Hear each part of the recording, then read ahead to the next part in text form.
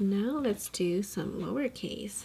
So I'm going to break it down stroke by stroke so that you can really understand how to construct each letters.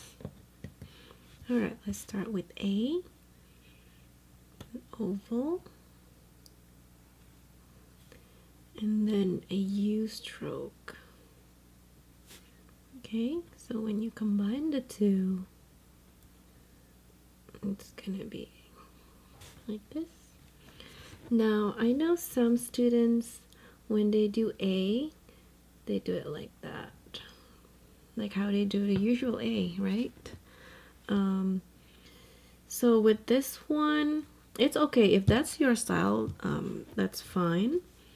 But if you're wondering why it's so like squarish looking instead of oval, that's because you want to leave some space here and some space here, and you want to have the downstroke here slightly to the right of the oval, so you have that space.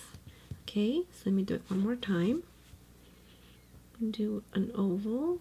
Oh, so you see when your ink won't come out, that means you need to rinse your nib and then wipe and then reload. Let me tap this real quick. There you go. Okay, let's do it again. So oval.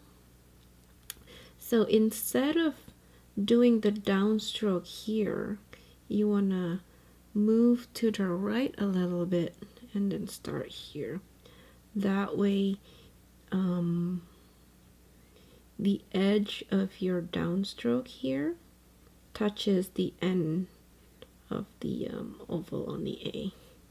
Okay, so instead of starting here,